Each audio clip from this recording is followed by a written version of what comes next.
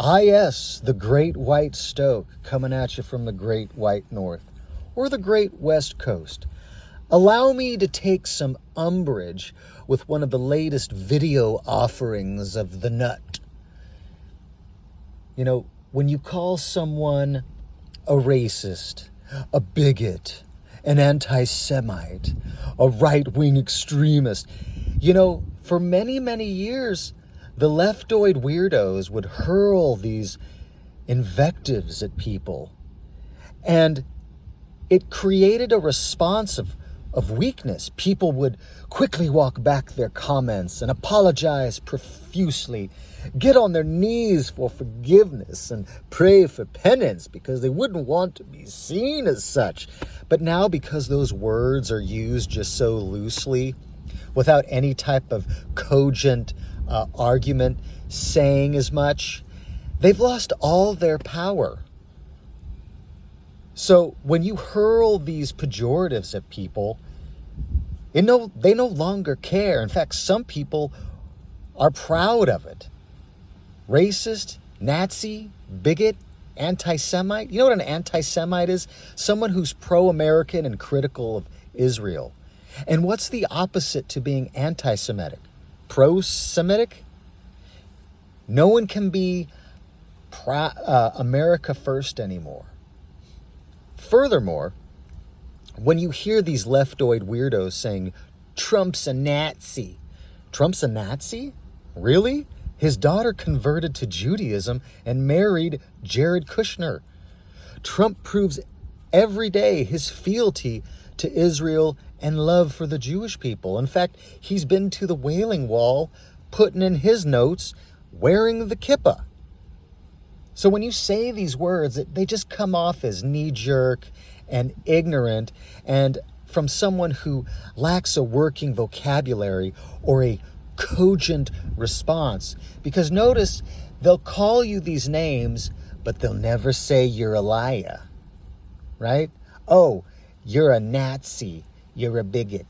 But you're not a liar. You're just a bigot. You're just an anti-Semite.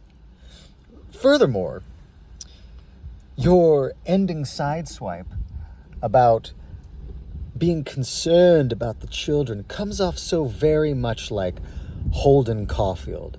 And anyone that has read Catcher in the Rye walks away understanding that Holden Caulfield is some whiny, entitled kid from the middle class who has a weird infatuation with his sister and is also concerned about the children. He wants to be the catcher in the rye to prevent all these bad things befalling the children. Meanwhile, he can't work on himself to get his own house in order. And at the end of the novel, he winds up in some psychiatric ward, wanting people to be sorry for him, which I refuse to be. You know who else is concerned about the children? All of these narcissistic, childless, partnerless teachers in the public school system, right? They have no children, yet they demand to be in positions of authority over children. In fact, a report just came out talking about how much grooming is happening in public schools by these educational professionals. So I reject your assertions because you lack any real cogent argument. And if your only reply is echoes Cartman of screw you guys, I'm going home, well then go home. You're not in any type of place mentally or emotionally to discuss current political events or historical perspective. And I'll go one further. You know, you say you want to stick to prepping, getting more knives and guns, but yet you have such a nihilistic worldview that we're all cooked anyway. Why continue to prep? At this point, you're just a consumer. Why don't you go take an EMT course so that you could actually be of some service in a real collapse situation? It's much sexier to remain a victim and just make sure Bezos has another yacht with your Amazon purchases. That's all I got. Shafe, I got a video coming to you and you as well, Grand Poobah of Truth, Grand Arbiter of Facts, Southern Paladin. And while we're at it, backwoods, what's going on? Anyway, hope you guys are doing well. Take care of your health as best you can. I hope your families are safe and sound. The holidays are on their way. Santa Claus is coming to town.